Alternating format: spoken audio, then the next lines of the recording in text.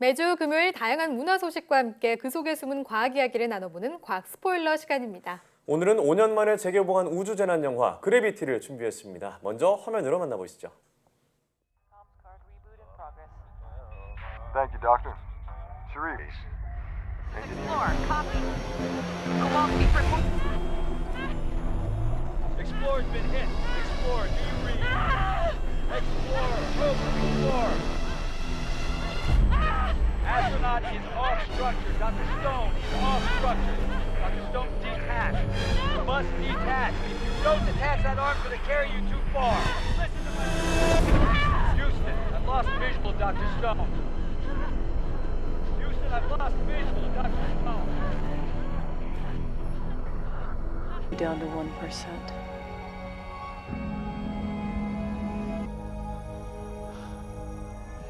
Well, I've got good news and bad.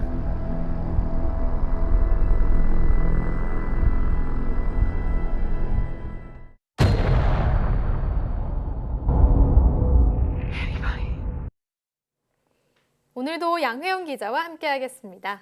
안녕하세요. 네, 안녕하세요. 네, 오늘은 재개봉한 영화를 준비하셨네요. 네, 그렇습니다. 제가 원래는 신작 위주로 많이 소개를 좀 했는데 네. 워낙에 이 그래비티라는 영화가 저희 코너와는 좀 뗄래야 뗄 수 없는 영화기도 네, 하고 그렇습니다. 또 재개봉을 또 해서 주제로 잡아봤습니다. 네, 제가 인터스텔라와 함께 가장 좋아하는 우주 영화 중에 하나인데 이번에 나온 게 2편은 아닌 거죠? 네, 그렇습니다. 2편은 아니고요. 2013년에 개봉했던 영화 그대로입니다.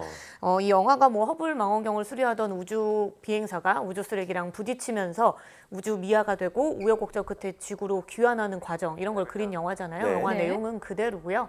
다만 달라진 건 상영 포맷인데요. 네. 2013년 당시에는 2D랑 IMAX 3D 버전이 개봉했었는데 이번 재개봉에는 이 버전은 여전히 그대로 상영하는 건 물론이고요. 이 IMAX 레이저 3D 버전과 4DX 버전이 추가됐습니다. 네, 이 IMAX 레이저 3D 버전은요, 그 일반 상영관보다 한 5배 이상 스크린이 크고요. 또 기존보다 50% 정도 밝고 선명도 역시 2배 정도 높은 특징을 가졌는데요. 네. 또 4DX 버전에서도 과거에도 4DX가 몇 개관에선 그래비티로 상영을 했었는데 그때는 네. 의자가 이제 전후 좌우만 움직였다면 단순했군요. 네, 지금은 전후 좌우를 포함해서 상하까지 움직이고 그리고 이제 경험해 보신 분들은 아시겠지만 향기가 난다거나 바람이 분다거나 물을 네. 분사된다거나 이런 식의 어떤 다양한 효과가 좀 많이 늘어났어요. 네. 그래서 우주 체험의 묘미를 아주 높였다 이렇게 볼 수 있는데요. 저도 이번에 5년 만에 영화를 다시 봤는데 실제로 이제 확실히 선명도가 높아지니까 훨씬 더 우주 속에 들어가 있는 것처럼 생생함이 여전히 잘 느껴지더라고요. 네, 그렇습니다. 이 영화는 꼭 진짜 IMAX로 봐야 될 것 같아요. 맞아요. 그 생생함이 장난이 아닌데 네. 특히 이제 첫 장면에서 딱 아무 소리 없이 광활한 우주가 펼쳐지면서 정말 우주에 있는 듯한 느낌이 드는 게 정말 인상적이었거든요. 맞습니다. 아무래도 이 우주 배경의 SF 영화들이 굉장히 막 기계음 같은 게 원래 많이 나는데 네. 이 영화에서는 사실은 아무 소리가 안 들리고 네, 굉장히 맞아요. 고요하잖아요. 그게 어떻게 보면 이 영화의 사실성을 좀 더 높였다 이렇게 볼 수 있기는 하죠. 사실은. 실제로 우주에선 소리를 들을 수 없기 때문인 거죠? 네, 그렇죠. 우리 소리가 이제 아무래도 음파가 들리려면 공기가 필요하니까 네. 공기가 있어야 소리가 들린다고 할 수 있는데 우주에는 공기가 없는 것을 모든 사람들이 알고 있으니 네. 당연히 아무 소리가 들리지 않는 거는 맞거든요. 근데 그렇다고 해서 우주에 정말 소리가 없는 건 아니라고 합니다. 아, 그래요? 그래요? 네, 신기하죠. 그래서 제가 우주의 소리를 준비를 한 2가지 정도 준비를 했어요. 네. 함께 들어보시면서 이게 어떤 우주의 소리인지 한번 맞춰볼까요? 네.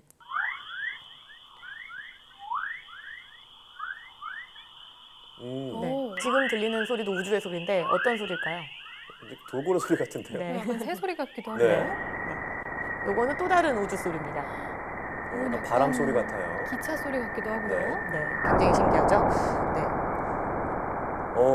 지금 들은 게 우주의 소리라는 거잖아요. 네. 우주에선 소리를 들을 수 없는데 이런 소리가 있다는 게 좀 신기하네요. 네, 아까 말했듯이 공기가 없기 때문에 우리 귀로는 당연히 듣지 못합니다. 이 소리는. 네. 이건 어떻게 한 거냐면요. 행성하고 행성 사이나 행성 주변을 둘러싸고 이 플라즈마라는 제4의 어떤 물질 상태가 원래 존재하는데 네. 네. 이때는 이 별의 중력이나 어떤 행성의 진화 정도에 따라서 실제로 주변의 어떤 그 플라즈마의 형태를 바꾸는 플라즈마 파동이 일어난다고 합니다. 네. 우리가 라디오를 듣듯이 귀로는 들을 수 없는 이 플라즈마 파동을 전파로 바꾸고요. 이 전파를 다시 음파로 변환하게 된다면 우리가 그동안 몰랐던 우주의 소리를 우리가 들을 수 있는 소리로 바꿀 수 있는 거죠. 그래서 네.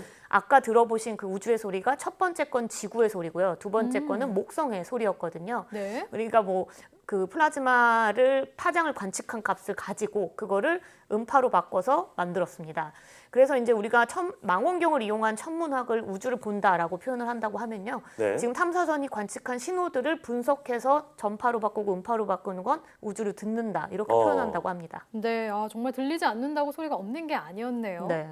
그리고요, 영화의 배경 상황이 우주 재난이잖아요. 네. 이런 상황은 충분히 일어날 수 있을 것 같거든요. 네, 어떤가요? 맞습니다. 뭐 사실은 우주 유영을 해서 우리가 뭐 조난됐다 이런 사례는 과거엔 당연히 없었긴 했지만 네. 실제로 우주 쓰레기와 같은 어떤 파편들 때문에 조난의 위기까지 당한 경우는 실제로 있었어요. 네. 영화 속에서 나올 때 그 시작이 인공위성 잔해가 위협을 하는데 그 네. 인공위성 잔해가 러시아가 위성을 파괴하면서 일어났다 뭐 이렇게 설명이 나와요. 실제로 미국이나 러시아, 중국은 이 미사일을 발사해서 쓸모없는 자신의 자국 위성들을 파괴하기도 한다고 해요. 특히 이제 2007년에 중국이 자국 위성을 미사일을 쏴서 파괴를 시켰는데 그때 엄청난 우주 쓰레기가 네. 만들어지면서 이제 세계 곳곳에서 지탄을 받기도 했고요. 네. 이렇게 우주에는 이 수명을 다했거나 고장 등의 이유로 버려진 인공위성들이 서로 또 충돌하면서 우주 쓰레기가 굉장히 많이 만들어지죠. 뭐 이 우주 쓰레기가 지금 한 100만 개 이상 달할 것으로 예상을 하고 있는데요. 와. 개수는 뭐 당연히 문제죠. 네. 근데 이 작은 조각이 영화에서도 보셨겠지만 굉장히 빠르게 움직이는 게 문제예요. 한 총알의 7배 속도. 네. 그러니까 초속 한 7, 8km 정도로 굉장히 빠르게 날아와서 위협적이고요. 네. 이거를 이제 지구상의 어떤 숫자로 치환을 좀 해보면 우리가 1.5톤 트럭에 시속 한 네. 70km의 속도로 달려가서 부딪히는 것과 맞먹는 충격량이라고 합니다. 그러니까 굉장히 엄청난 충격량이죠.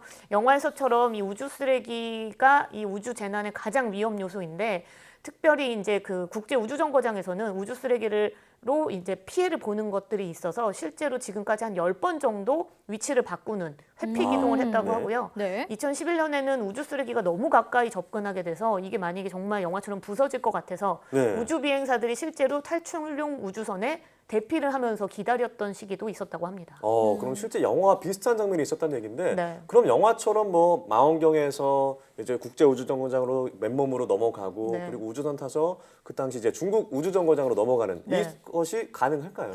네, 그거는 실제로 불가능하다고 보고 있습니다. 왜냐면요, 네. 실제로 지금 허블이랑 그 허블 망원경, 국제 네. 우주정거장, 그리고 중국의 우주정거장이었던 탱궁이 굉장히 위치가 다 다르고 가까이 있지 않았기 때문인데요. 네. 이 허블은 현재 발사 초기 때보다 많이 내려온 고도 한 지금 547km에서 경사각 28.5도를 유지하면서 비행 중입니다. 국제 네. 우주정거장은 이와 좀 다르게 고도 한 403에서 406, 그러니까 400km 안팎에서 지금 그 움직이고 있는데 경사각이 51.6도 정도고요. 이 탱궁은 그때 당시 이제 실제로 날아 있을 때 343km 높이에서 궤도 운동을 했습니다. 그러니까 각각의 높이 차만 해도 한 100km 이상 차이가 났고요. 궤도도 이제 그 영상에서 보시면 아시겠지만 굉장히 다르기 때문에 우주복을 입고 추진 장치만 달아서 가는 거는 굉장히 불가능하고요. 네. 그리고 뭐 실제로 우주복에는 이제 연료도 부족하고 산소도 부족하다고 합니다. 그리고 네. 아시다시피 저희가 이제 지난 4월에 중국의 우주정거장 탱궁 1호가 추락을 추락했죠. 했잖아요. 네. 그래서 만약에 국제 우주정거장에서 어떤 문제가 생겨서 조난이 된다 하더라도 더 이상 대피할 우주정거장도 없는 상황입니다. 그렇습니다. 자, 실제로 생존 방법이 없다는 것처럼 들려요. 네. 실제로 영화를 보면은 우주에 가고 싶다가도 안 가도 되겠다 이런 네. 생각이 들 정도로 위협적인데 네. 그럼 오늘 이제 재개봉한 영화 그래비티의 별점은 몇 점인지 화면을 통해서 확인해 보도록 하겠습니다.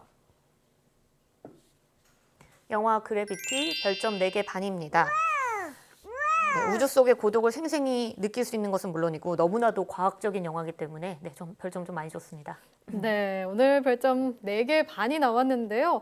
정말 각국의 우주 경쟁이 지금 치열해지고 있잖아요. 그런 만큼 5년이 지나서 지금 다시 본다면 굉장히 더욱더 현실감이 와닿을 것 같다는 생각이 드는데요. 꼭 다시 보러 가야겠습니다. 오늘 이야기 잘 들었습니다.